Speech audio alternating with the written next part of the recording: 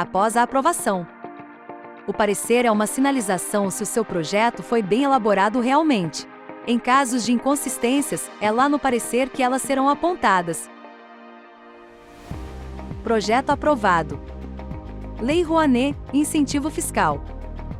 Vamos compreender agora como é a tramitação do projeto em cada uma dessas etapas. No caso da Lei Rouanet, no mecanismo mecenato, trabalhamos com um sistema chamado Novo Salic. Mas, o que é exatamente o Novo Salic? O Novo Salic é o escritório virtual do produtor cultural e foi criado para ser uma ferramenta de acompanhamento e controle do projeto. Nele, registramos todas as suas etapas, desde a elaboração até a prestação de contas. Então, acabamos de aprovar o nosso projeto. O que fazer? O primeiro passo, a partir do momento em que o projeto foi aprovado pela Comissão Nacional de Incentivo à Cultura, CNIC, será ler cuidadosamente o parecer técnico fornecido pelo parecerista e verificar o valor aprovado, assim como as demais observações que deverão ser cumpridas, a partir do parecer.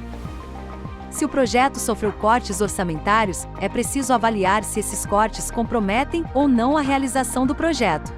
Sabendo dessa resposta, podemos proceder de duas formas. Caso não comprometa a realização do projeto, abrir mão do direito a recurso. Essa opção é feita no próprio Salic. 2. Por que fazer? Porque agiliza a publicação da portaria de aprovação, oportunizando uma captação de recursos mais rápida. Caso comprometa a realização do projeto, mover um recurso, solicitando revisão no parecer de aprovação, justificando da forma mais objetiva e fundamentada possível a sua solicitação de reintegração do orçamento cortado.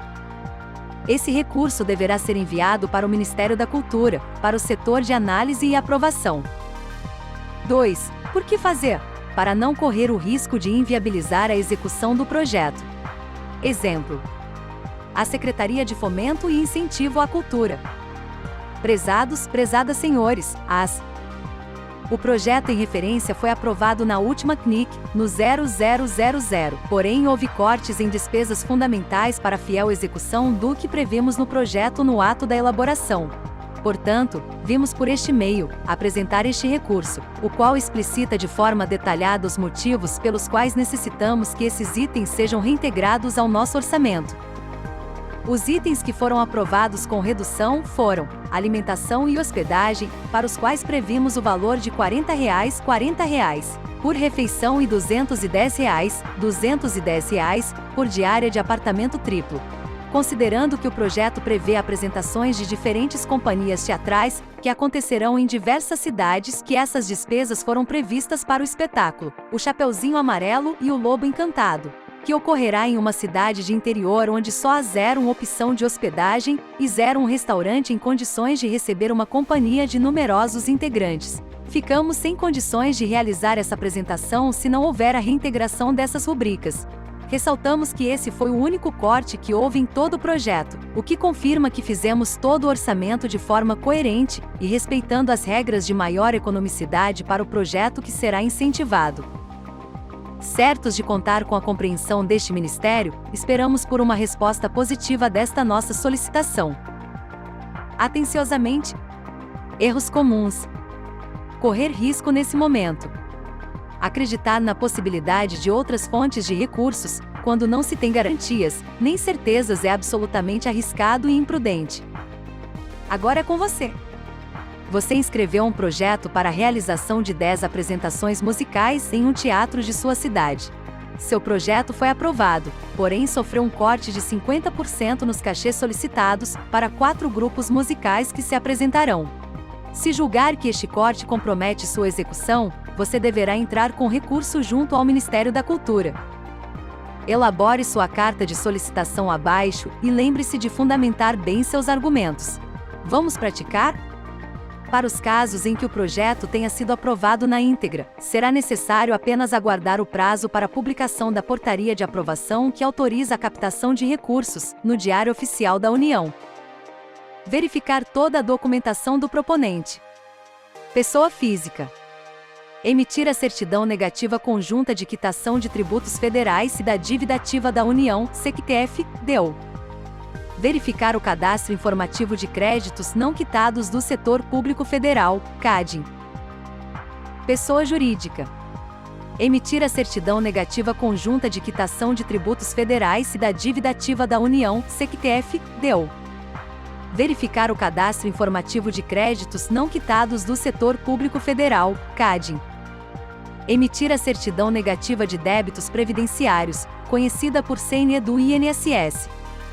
Emitir o certificado de regularidade fiscal, CRF, do Fundo de Garantia por Tempo de Serviço, FGTS.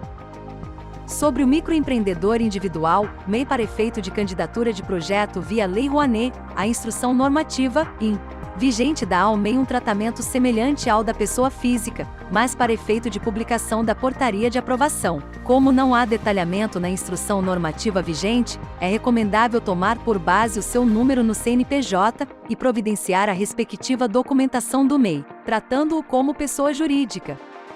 Veja na tabela abaixo onde você pode fazer esse levantamento. Tipo de certidão: CND de tributos federais e dívida ativa da União. Como emitir? www.receita.fazenda.gov.br. Buscar em certidões, tributos federais. CND da Previdência Social, INSS.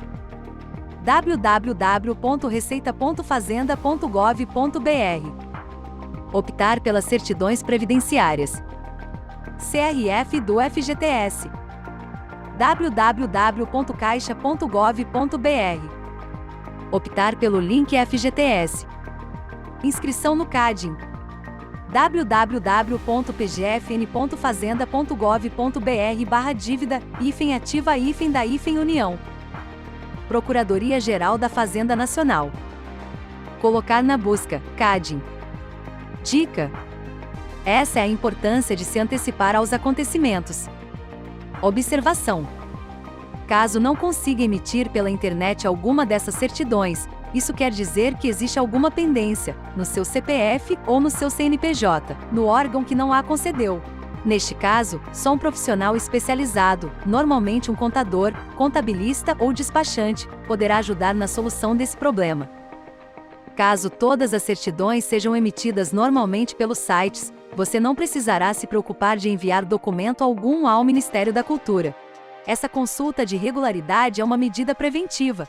Se houver alguma pendência, você terá tempo hábil para solucioná-la antes mesmo de ser cobrado para isso, o que, se ocorrer, poderá provocar uma interrupção no andamento dos processos.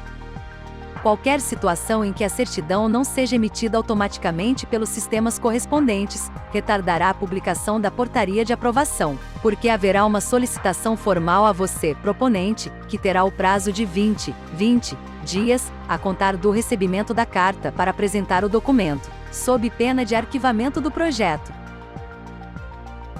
Projeto aprovado: fundos de incentivo, estaduais ou municipais. Quando o projeto é aprovado em fundos de incentivo à cultura, o compromisso passa a ser firmado apenas com o órgão incentivador, dispensando a empresa patrocinadora e, consequentemente, o captador de recursos. Essa relação será regulamentada por meio de um termo de compromisso entre o proponente e este órgão. Neste documento constarão: prazo para execução do projeto, recurso a ser liberado, forma de liberação deste recurso, direitos e deveres das duas partes, contrapartidas negociadas, sanções previstas em caso de descumprimento, entre outros. Só a partir da assinatura desse instrumento jurídico será possível iniciar a realização do projeto. Inclusive, porque a liberação do recurso também só se dá após a assinatura desse termo. O que devemos fazer para que o termo de compromisso seja elaborado? Apresentar, o quanto antes, toda a documentação do proponente, seja pessoa física ou jurídica. Normalmente, essa documentação consiste na apresentação das certidões negativas ou positivas com efeito de negativa de débitos nos âmbitos federal, estadual e municipal. Essa lista é liberada pelo órgão público no ato da aprovação do projeto. Dica: vamos conhecer a documentação que costumam solicitar após a aprovação? Assim já é possível ir adiantando o processo. Para pessoa física: cópia do RG e CPF, cópia do comprovante de domicílio atual, CRF da Fazenda Estadual, a emissão depende da localidade, consulte o seu estado. Certidão negativa de débitos municipais, a emissão depende da localidade, consulte o seu município. Cópia do PIS, PASEP ou NT, número de inscrição do trabalhador no INSS. Conta bancária aberta especificamente para o projeto, com emissão de talão de cheques, com data posterior à publicação da aprovação do projeto no Diário Oficial. Entregar documento bancário original que possua número da agência e conta corrente. Para pessoa jurídica. Cópia do RG e CPF do sócio ou representante legal da empresa.